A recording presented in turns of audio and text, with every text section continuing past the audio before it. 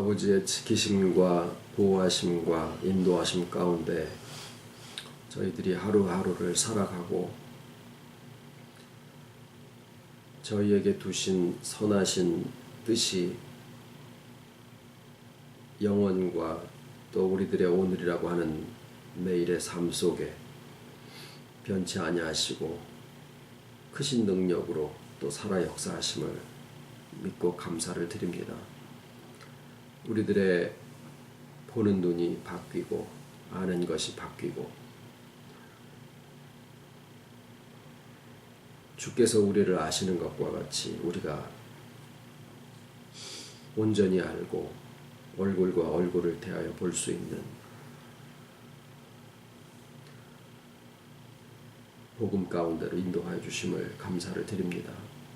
눈에 보여지는 것들로 판단하지 아니하고 또 그러나 눈에 보이는 것들을 무시하지도 아니하고 모든 것들의 온전한 인도하심을 또 이 시간에도 바라오니 말씀을 주실 때 또 깨달음을 주시고 후히 주시고 꾸짖지 아니하시는 아버지 앞에 이 시간에도 또한 지혜를 간구하오며 모든 말씀을 비올 적마다 우리를 구속하신 예수님의 이름으로 기도드립니다. 아멘.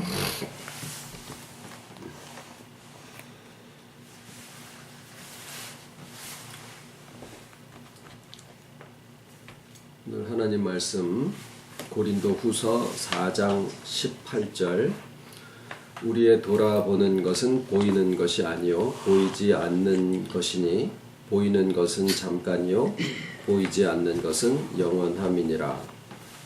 골로새서 1장 16절 만물이 그에게 창조되되 하늘과 땅에서 보이는 것들과 보이지 않는 것들과 혹은 보좌들이나 주관들이나 정사들이나 권세들이나 만물이 다 그로 말미암고 그를 위하여 창조되었고. 히브리서 11장 3절 믿음으로 모든 세계가 하나님의 말씀으로 지어진 줄을 우리가 아나니 보이는 것은 나타난 것으로 말미암아 된 것이 아니니라. 히브리서 11장 1절 믿음은 바라는 것들의 실상이요 보지 못하는 것들의 증거니.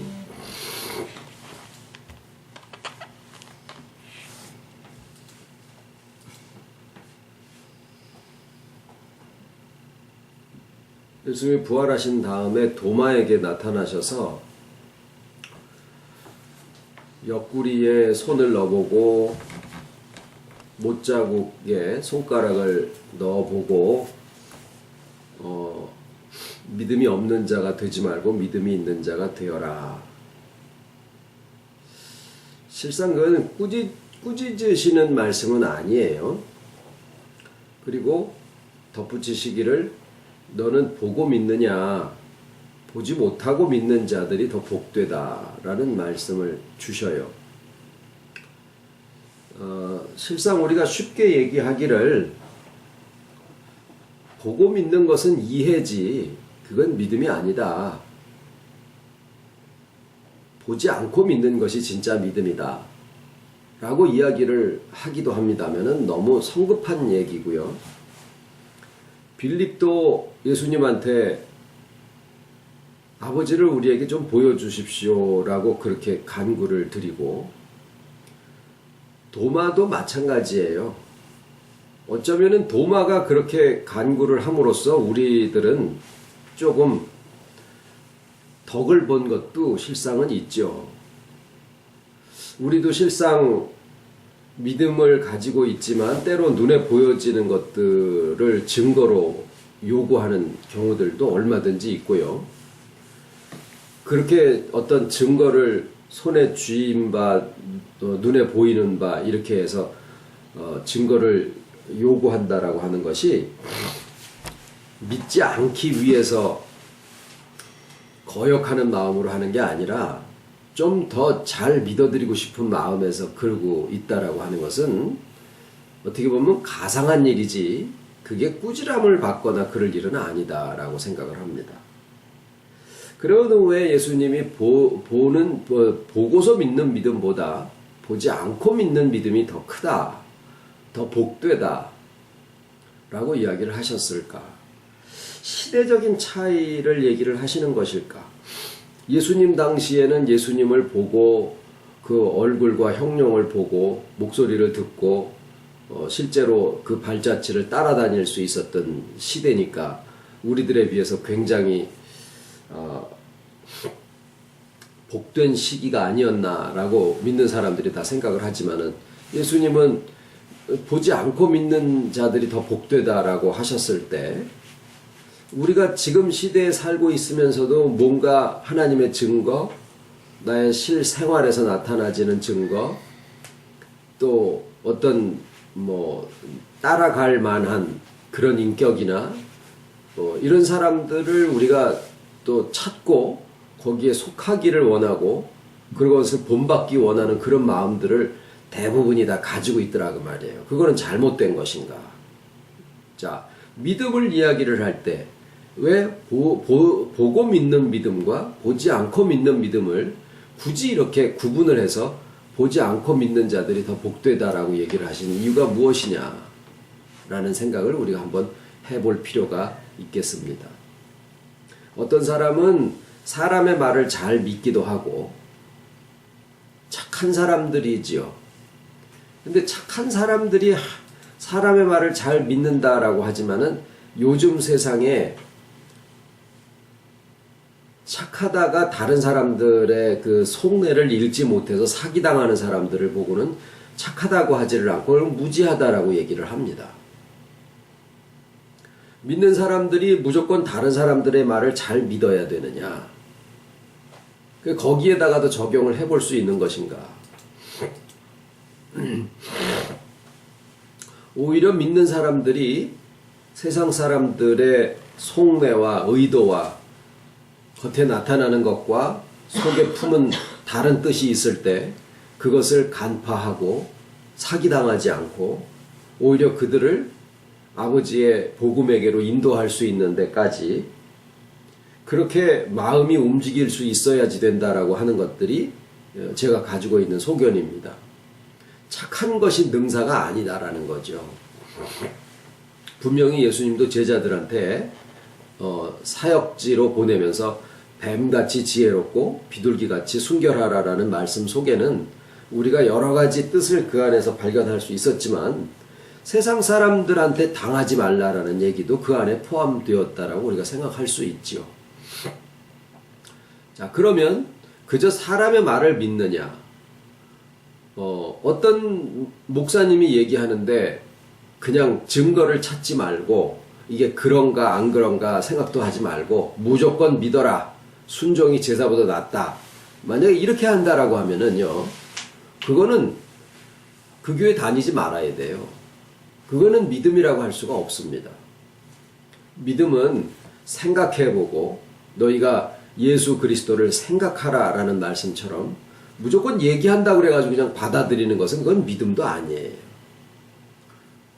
생각해보고 이해하고 그리고 받아들여질 때 그 안에서 그것이 하나의 능력으로 역사를 할 수 있다라고 되어 있는 것이 복음이 우리에게 가르쳐 주시는 믿음에 대한 설명입니다.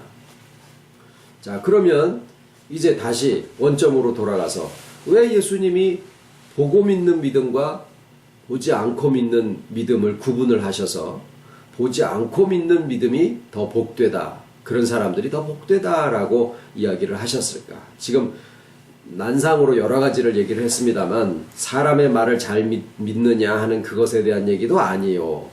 목사님의 말을 잘 믿고 따라야 된다라는 얘기를 하는 것도 아니요. 시대적으로 그 시대와 이 시대의 차이를 얘기하시는 것도 아니요. 어떤 믿음의 증거를 요구를 해서는 안 된다라는 얘기를 하시는 것도 아니다라고 하면 도대체 이 보지 않고 믿는 자들이 복되다라는 뜻은 무슨 의미로 하신 것이냐. 이것이 오늘 같이 한번 생각해 볼 문제입니다.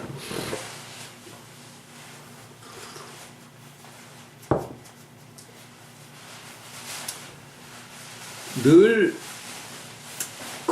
인간의 몸이라는 것은 참 약하고요. 사자처럼 강한 이빨이 있는 것도 아니고 기린처럼 긴 다리가 있어서 휘딱 도망갈 수 있는 것도 아니고 쥐처럼 몸이 조그만해가지고 그냥 조그만 구멍에 숨을 수 있는 것도 아니고, 인간은 어떻게 보면 참 약한 육체를 가진 존재다라는 생각을 합니다. 그런데 마음은 어떠냐 하면은 마음도 마찬가지예요.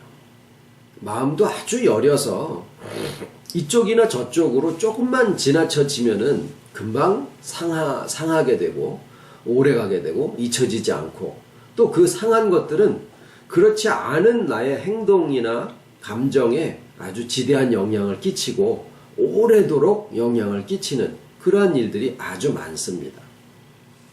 그런데 그것이 한두 사람의 문제가 아니라 모든 사람들이 다 나름대로의 상한 마음을 가지고 품고 그것을 다시 겪지 않기 위해서 두꺼운 껍데기를 뒤집어 쓰고, 그래서 사람들이 서로가 겉과 속이 다르다, 그래서 속지 않기 위해서는 나도 능구렁이처럼 사람의 속내를 의심하는 그러한 습관을 들여야 된다라고 하는 그러한 세상의 처세에 대한 이야기들이 나오는 거거든요. 그러면 이 약한 마음이나 몸을 가지고 있는 우리들이 상하는 그 상태에 늘 방치되고 또 노출이 되어 있다 보니까 복음에서만이 아니라 세상에서도 특히 텔레비전이나 이런 데를 통해서 보면은 이 회복이라고 하는 것에 대한 주제를 굉장히 많이 다루고, 사람의 마음에 대한, 물론 이제 몸에 대한 이야기들이 더 많습니다만은 마음에 대한 회복에 관한 관심도 아주 굉장히 많습니다.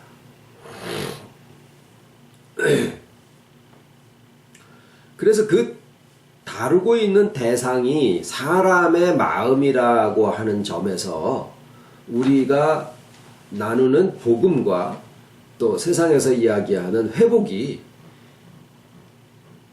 같은 대상을 다루고 있기 때문에, 같은 주제를 나누고 있기 때문에 굉장히 중복되어지는 부분들이 많습니다.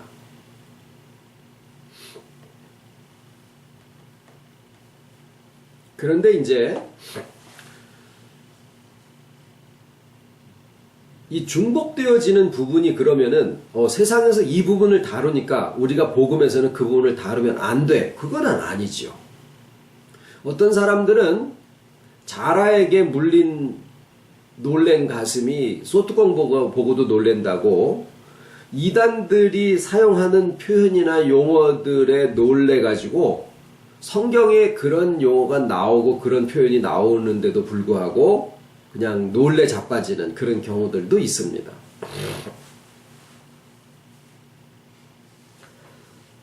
그러면은 이단들이 예수님 얘기한다고 해서 예수님 얘기하면은 놀래 자빠져야 되느냐? 그거는 아니거든요.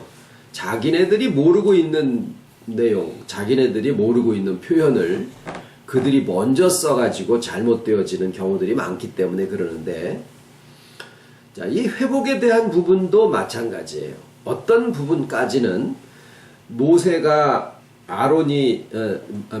던진 그 지팡이가 뱀이 됐는데 애굽의 술사들이 던진 지팡이도 뱀이 되는 데까지, 어떤 같은 영역에까지는 똑같은 형태로 나타나는 경우들을 볼 수가 있다라는 거죠. 그렇다고 해서 그것이 하나님의 역사가 아니냐? 그거는 아니에요. 그러면 회복을 이야기를 할 때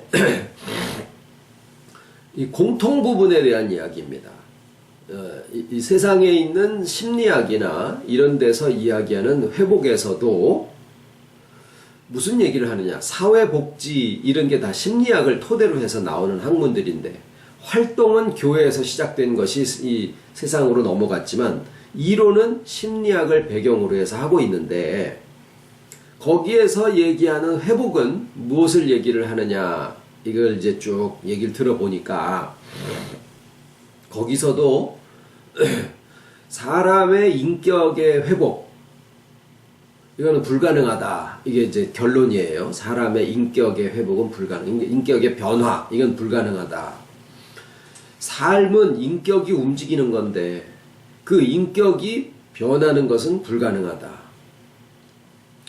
행동은 교정할 수 있다. 그런데 실상 모든 행동과 사람의 삶의 변화를 일으키는 것은 그 행동 자체를 통제하고 제어하는 것은 한계가 있고, 근본적인 변화가 일어나려면은 이 인식이 바뀌어야 된다라고 하는 이야기를 합니다. 저희가 이야기하고 있는 회복의 내용과 표현상 굉장히 유사하다라는 것을 아마 느끼실 건데, 그것이 사회복지나 심리학에서 이야기하고 있는 바예요. 그러니까 사람을 통제해서 그러니까 교회로 치면은 율법적인 행위를 계속 하게 하는 것이 사람을 변화시키지 못한다라는 거지요.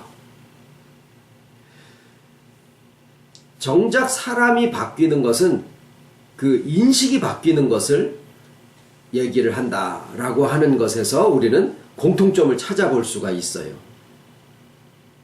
그래서 사람이 참 안 바뀐다라고 이야기를 할 때 그 안 바뀌는 것이 행동이 안 바뀌는 거나 성격이 안 바뀌는 걸 얘기하는 게 아니라 그 사람이 가지고 있는 인식이 안 바뀐다라는 얘기죠. 그런데 이러한 심리학적인 수준이 교회 안에서도 그대로 나타나고 있더라라는 거예요.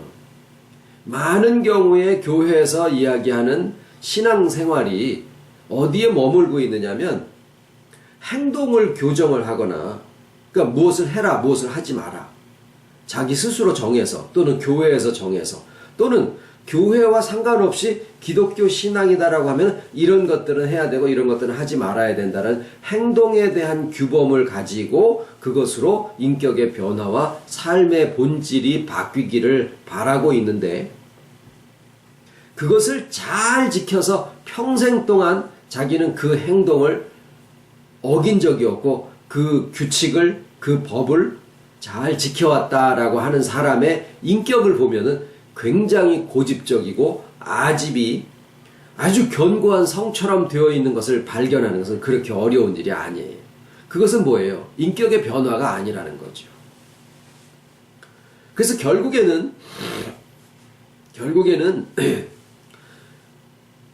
복음에서 이야기를 하거나 세상의 심리학이나 사회복지나 이런 데서 이야기를 하는 공통점은 뭐냐면은 인식이 바뀌는 것이 이게 진짜의 인격적인 변화를 일으킬 수 있다라고 하는 것인데, 심리학은 인식의 변화를 어디에서 찾냐면은 있는 것을 이렇게 정리를 다시 해서 상처를 입었으면은 상처 입은 상태로 돌아가서 그것을 회복하게 하거나 이런 것으로 머무는 경우들이에요.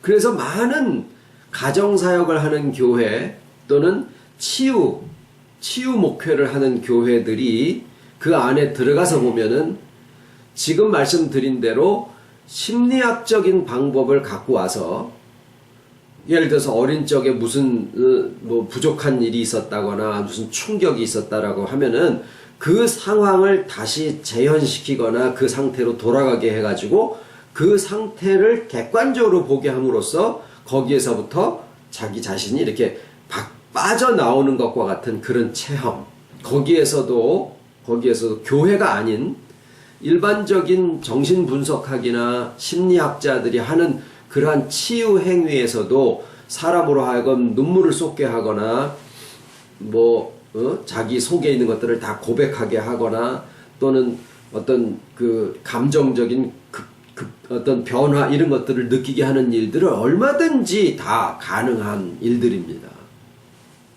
그러면은 거기까지는 사람의 마음을 가지고 이렇게 저렇게 움직이는 거니까 하나의 과학적인 방법론으로 그것을 접근을 할 수도 있다라는 거죠. 그런데 그조차도 세상에서도, 교회도 마찬가지고요, 교회 안에서도 그런 교회들은 굉장히 특수해서 사람들이 많이 몰리기도 하고 가정이 회복되어지는 것을 경험을 하기도 하고 개인적인 상한 심령에서부터 이렇게 회복되어지는 그런 경험을 하기도 합니다. 요즘에 사람들이 그런 것들을 다 갈구하고 있기 때문에 그런 대로 사람들이 많이 모일 가능성도 있습니다. 그런데 그런 사람들조차도 참 소수라는 거죠. 세상에서도 인식이 바뀌어지는 데까지 가는 그것을 인정하는 사람들도 참 많지 않다라는 거예요. 절대 다수는 아까 말씀드린 대로 행동을 통제하고 열심히 하면은 뭔가 되어지는 것 같은 그런 생각으로 있지 자기의 생각이 바뀌어야 된다라는 쪽으로 가지지가 않더라라는 거예요. 왜 그럴까요? 여기에서 이제 하나의 방향을 우리가 좀 생각을 해봐야 된다라는 거예요. 이게 뭐냐면 여기 이제 신앙과 세상의 방법론 중에서 공통 부분을 지금 이야기를 하고 있는 내용인데 여기서 한 가지의 생각이 바뀌어져야 되는 점이 여기서 발견되어질 수 있어요. 그게 뭐냐면요.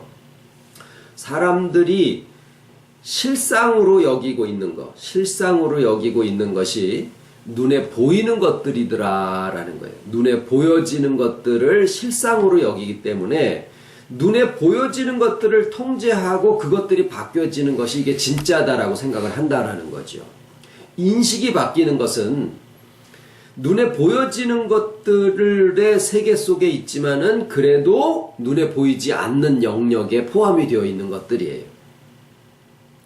그 부분을 발견을 해서 그 부분에 대한 것들을 염두에 두고 접근을 하는 사람들이 그나마 소수지만 실질적으로 효과를 얻어낼 수 있는 비결을 찾아낸 사람들이에요. 심리학자들 또는 일반 교회에 있는 심리학을 도입한 목회자들 이런 경우에 그 보이지 않는 쪽으로 이렇게 사람들의 관심을 유도해낼 수 있는 비결을 발견해낸 거예요. 그런데 거기에 머물면 심리학의 영역과 목회학의 영역이 서로 다르지 않게 돼서 차이가 없는 거예요. 실상은. 자, 그러면 여기까지의 내용 중에서 한 가지 발견한 것은 보이는 것을 실상으로 알 것이냐 보이지 않는 것을 실상으로 알 것이냐라고 하는 데서 보이지 않는 것이 실제로는 실상이다라는 거. 마음속에 있는 인식이 우리의 행동을 실상은 통제하고 변화를 가능케 하고 있는 것이지 거꾸로 행동을 통제하고 외부의 환경이나 조건을 바꿈으로 해가지고 내 속에 있는 인식 자체가 바뀌느냐? 그거는 아니다라는 거예요. 그것이 하나의 원리인데 우리가 이제 그것을 사람이 경험하고 느끼고 알 수 있는 그런 보여지는 영역, 우리의 마음도 실상은 눈에 보이지 않는 영역이지만은 왜 심리학이라는 부분이 과학의 영역으로 들어가 있느냐 하면은 무신론이 마음이라고 하는 보이지 않는 영역을 다루고 있느냐 하면은 그것들이 찌르면은 이렇게 나온다라고 하는 원인과 결과를 도출해내는 과학적인 방법론을 사용을 하고 있기 때문에 그래요. 그러면 이제 복음의 영역, 믿음의 영역은 무엇이냐? 여기까지는 심리학이 쫓아올 수 있는 영역인데 복음에서 이야기하는 회복은 무엇이냐? 지난 주일날 말씀을 드렸죠. 복음에서 이야기하는 회복은 하나님이 지금이라고 하는 오늘이라고 하는 지금 이 상황 속에서 행하시는 창조를 우리가 얘기하는 회복이라고 얘기를 한다. 그 말씀을 드렸어요. 창조는 하나님이 움직이시는 하나님의 사역, 하나님이 움직이시는 것, 그것이 우리가 살고 있는 세상에 나타나는 것, 이것을 창조라고 하거든요. 그런데 하나님은 우리가 생각하는 창조 이전에만 계시거나 혹은 우리가 살고 있는 세상 안에 들어와 계시거나 아니면은 영원이라고 하는 나중 세계에 계시는 게 아니라 실상 우리가 생각하는 시간이라고 하는 세계는요, 영원이라고 하는 세계 안에 들어가 있는 하나의 특수한 경우에 해당하는 거예요. 우리는 이것을 벗어나서 살거나 경험을 할 수가 없어요. 모든 우리의 경험은, 우리의 인식은 경험에서 나오고 그 경험은 시간의 흐름이라고 하는 이 세계를 벗어날 수가 없는 거거든요. 그래서 모든 것들은 한 방향으로만 가고 있는데 영혼은 그 세계 바깥에 있다라는 거죠. 그래서 하나님은 그 영혼에서 우리를 만나실 때 과거에도 계시고 현재도 계시고 미래에도 계시고 모든 것이 하나님 앞에서는 그냥 그대로다라고 하는 점을 우리가 이해를 하면 하나님의 창조도 역시 우리가 어떤 우리 안에 지금 역사를 하시더라도 그것은 하나님의 창조에 해당하는 것인데 지금의 창조는 우리 심령 안에 또는 우리의 삶 속에 또는 우리의 지혜 안에 역사하시는 그런 회복의 역사 또는 정한 마음을 창조하시는 이런 형태로 해와 달과 별을 만드시는 창조는 이전에 있었고 지금 하나님께서 우리의 삶을 만나셔서 하시는 창조는 우리 안에 정한 마음을 창조하시고 정직한 영을 새롭게 하시고 우리로 하여금 지혜를 얻게 하시고 우리의 모든 삶을 주관하시되 있는 것들을 움직이시는 것처럼 보이지만은 실상은 우리의 삶을 움직이시는 것도 하나님의 창조에 해당한다라는 거예요. 그래서 이런 생각을 우리가 가지게 되면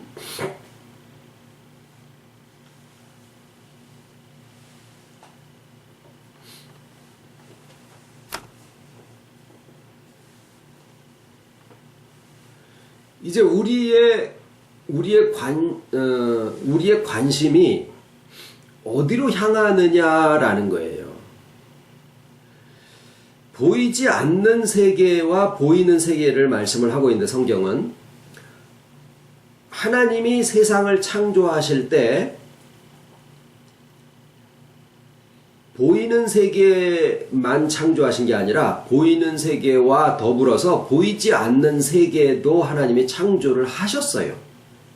그래서 우리가 하나님의 창조된 세상 안에 살고 있는데 그 창조된 세상을 살아간다라고 하는 의미는 보이는 세계를 살아감과 동시에 보이지 않는 세계도 같이 살고 있다라는 얘기가 되는 거예요. 그런데 우리의 인식이 보이는 세계만 실상으로 생각하는 존재로 바뀌어진 거예요.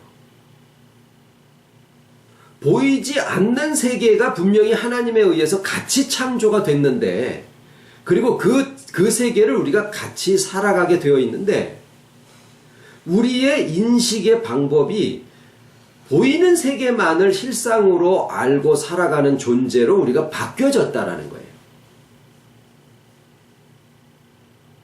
그래서 보이는 세계만을 실상으로 알고 살기 때문에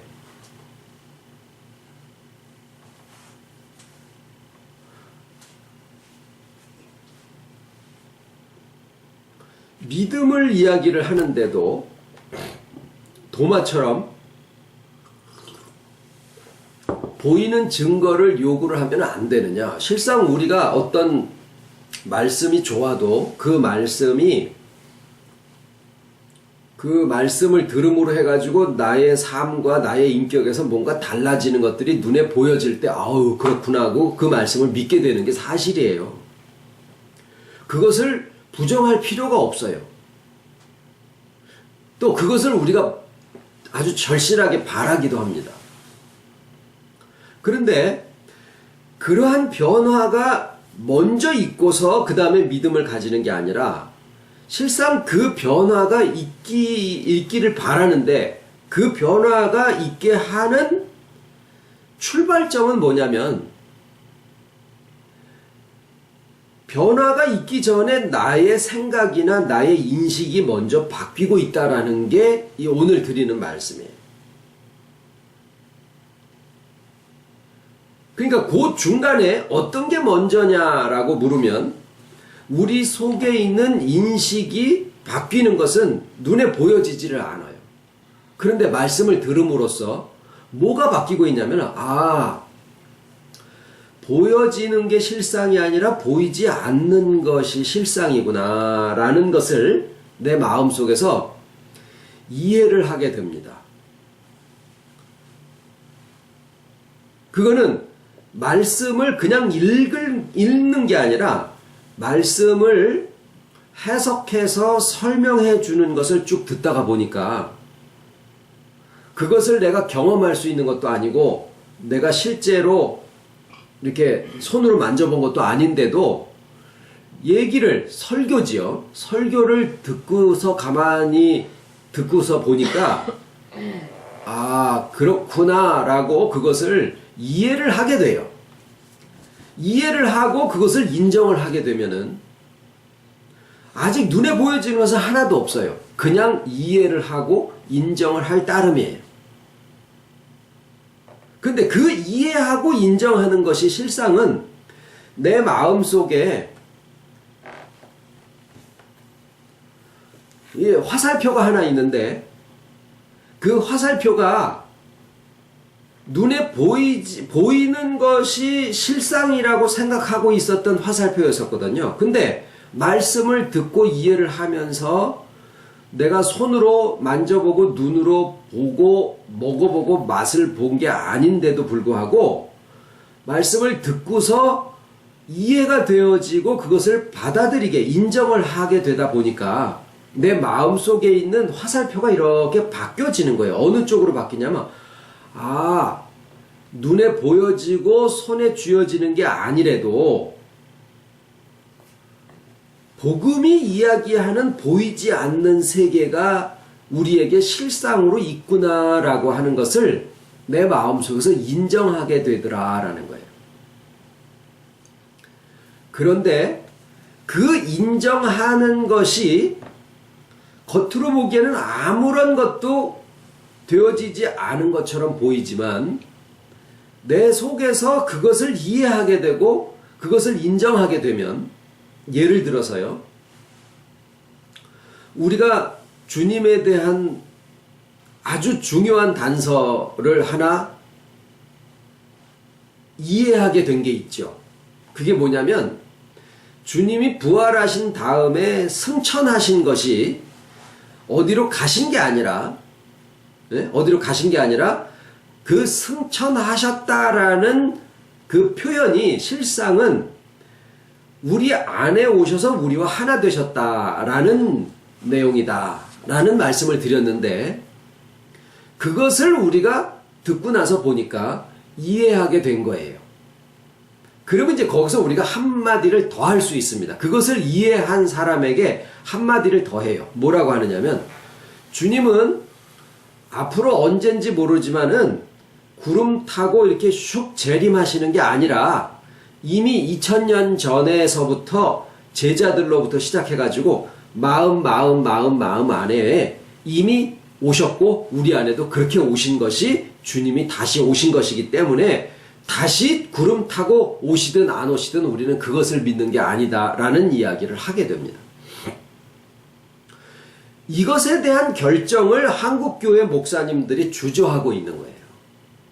이것에 대한 결정을 못 내리고 있는 거예요. 아주 목회를 잘하는 목사님이나 아주 신학적인 공부를 많이 한 분도 예수님이 앞으로 다시 오시는 걸 믿어야 되느냐 아니면은 내 안에 오시는 것을 믿어야 되느냐라고 하는 것에 대해서 주저하고 있어요. 그러면 성경이 안 풀려요. 한 가지를 결정을 해야 돼요. 근데 그것의 시작이 어디서 나느냐 하면 주님이 다시 오시는 것도 안 보이고 내 안에 오셨다라고 하는 그 이해도 안 보이는 거예요. 다 보이지 않는 세계에 대한 이야기를 하는 거라고요. 보이는 세계에 대한 건 뭐예요? 우리 교회 교인이 5,000명이 됐다. 이런 것들은 눈에 보이지요. 그러니까 그런 쪽으로 사람들이 모이는 거예요. 그 눈에 드러나 있는 증거를 보고. 그런데 실상은, 복음의 실상은 눈에 보여지는 조건이나 숫자가 아니다라는 거예요. 복음의 실상은 보이지 아니하는 세계로부터 보이는 세계가 지어졌고, 보이는 세계는 보이지 않는, 나타난 것으로 말미암은 것이 아니라 보이지 아니하는 것들로부터 시작되어지는 것이더라라는 거예요. 그런데 그것을 어떻게 아느냐? 믿음으로 알게 되어 있더라라는 거예요. 그러니까 믿음이라는 것은 증거를 요구하면 안 된다. 어떤 목사님이 얘기하니까 그냥 믿어라. 또는 사람들의 말을 그냥 있는 말 그대로 그냥 믿는다. 이런 얘기를 하는 게 아니라 예수님이 도마에게 얘기하신 보고 믿느냐 보지 않고 믿는 자가 더 복되도다라고 얘기를 하신 것은 우리들이 무엇을 실상으로 여기고 있느냐라고 하는 것에 대한 얘기를 하신 거예요. 이 사람이 믿음이 크냐 적으냐, 이 사람이 목사님의 설교를 잘 믿어들이느냐 받아들이느냐 안 받아들이느냐 그런 얘기가 아니라 예수님의 말씀은 어떤 교회가 몇천 명이 됐느냐 그거에 대한 얘기도 아니에요. 예수님의 말씀은 무엇을 실상으로 여기고 있느냐라고 하는 것에 대한 인식이 바뀌어지는 것에 대한 이야기를 하신 것뿐이에요. 오늘날 우리에게로 다시 와서 한번 생각을 해보시자고요. 내가 무엇을 실상으로 여기느냐, 그것은 무엇을 의로 여기느냐라는 거와 마찬가지예요. 행동을 잘 하느냐 못하느냐 이것을 실상으로 여길 것이냐. 아, 나는 지금까지 내가 겪어보고 눈에 이렇게 되어졌으니까 그것이 진짜야 라고 자기가 경험한 것만 받아들이는 그런 자리로 있는 것이냐. 사람이 고집이 생기는 이유가 왜 그러냐면요, 타협을 모르고 자기가 고집을 피우는 이유는 자기가 아는 것만이 진짜다라고 생각을 하기 때문이거든요. 그거는 왜 그러느냐? 자기가 겪어본 것만을 사실로 받아들이는 구조가 되어 있기 때문에 그래요.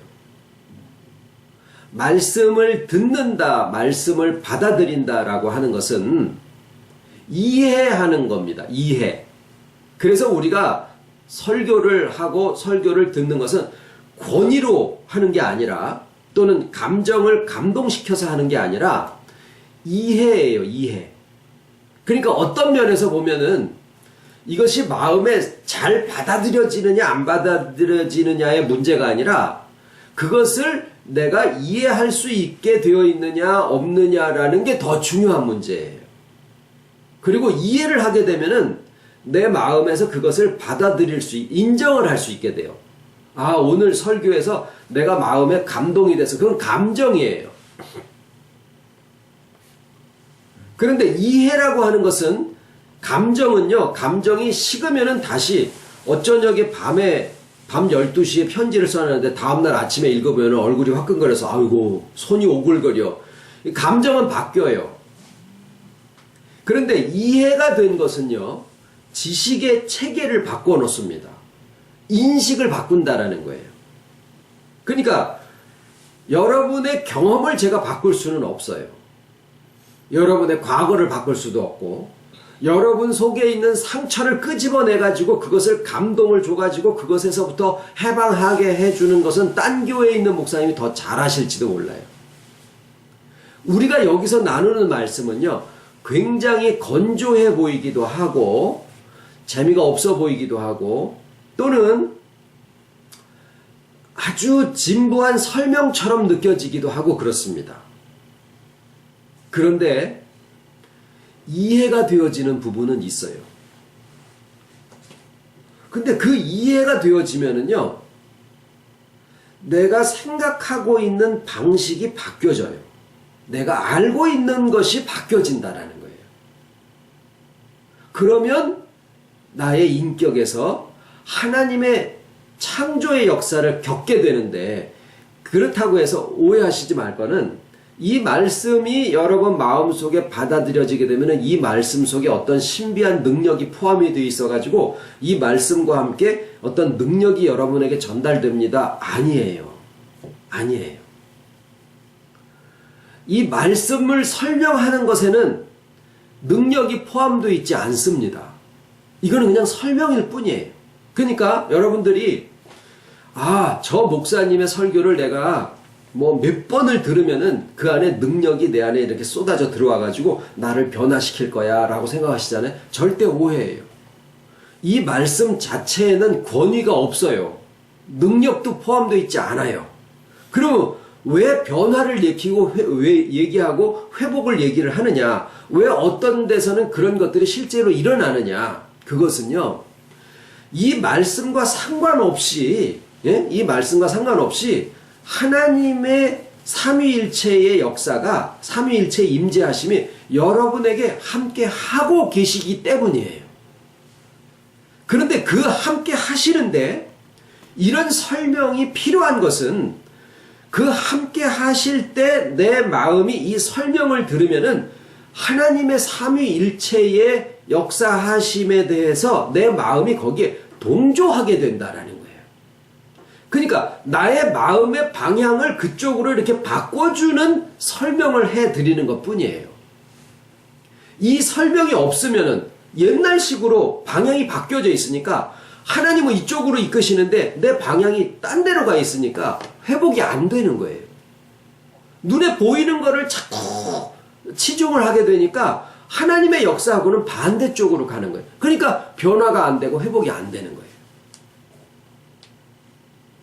그러니까 이 말씀을 많이 듣는다고 해서 변화되는 것도 아니고 한두 번 들어서 그렇구나 하고 마음에서 그게 이해가 되잖아요.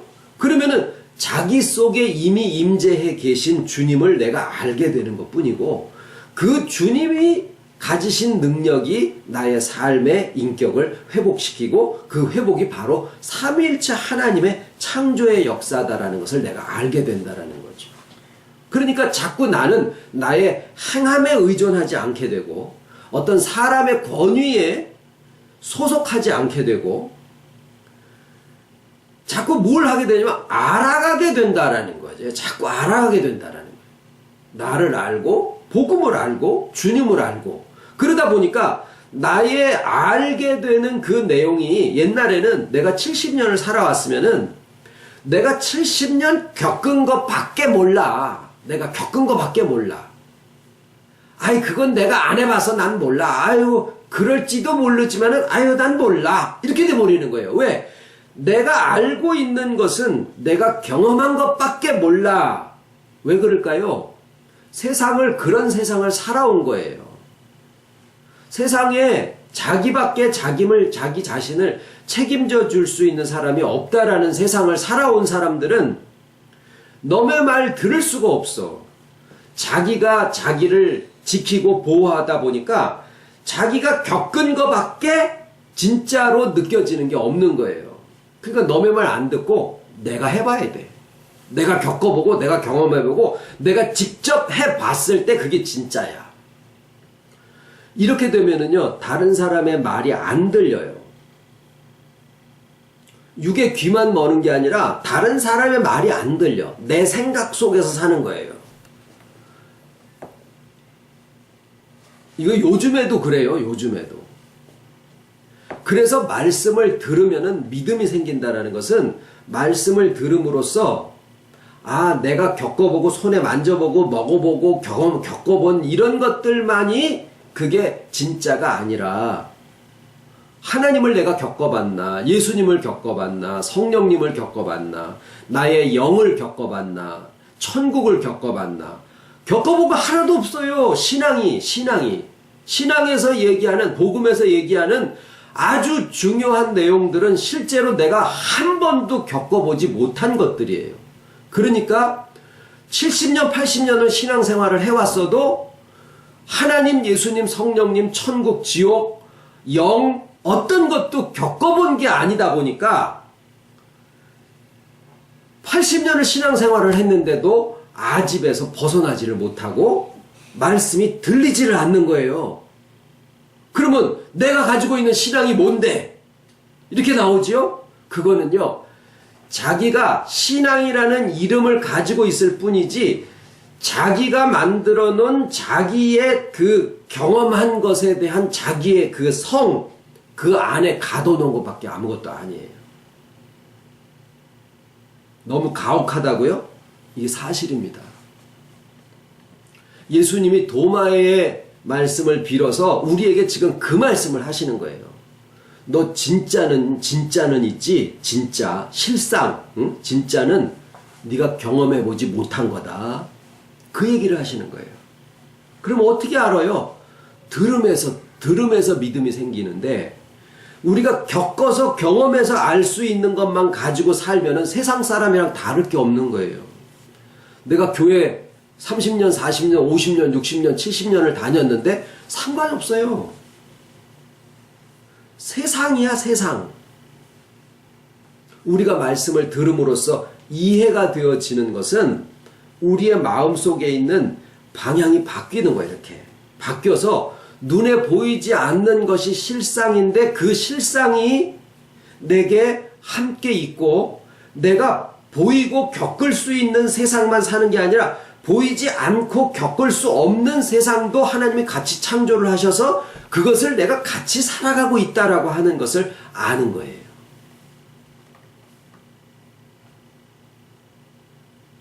더 노골적으로 얘기를 하면은요, 우리가 겪은 것은요, 천국에 안 갈 수도 있어요. 우리가 겪지 않은 것이 천국에 갈 수도 있다 그 말이에요.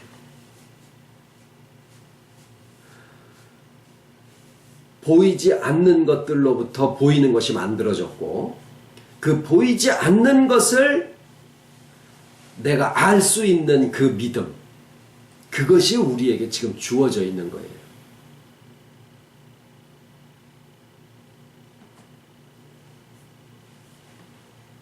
주기도문으로 마치겠습니다. 하늘에 계신 우리 아버지, 이름이 거룩히 여김을 받으시오며 나라의 마오시며 뜻이 하늘에서 이룬 것 같이 땅에서도 이루어지이다. 오늘날 우리에게 일용할 양식을 주옵시고 우리가 우리에게 죄 지은 자를 사하여 준 것 같이 우리 죄를 사하여 주옵시고 우리를 시험에 들게 하지 마옵시고 다만 악에서 구하소서. 나라와 권세와 영광이 아버지께 영원히 있사옵나이다.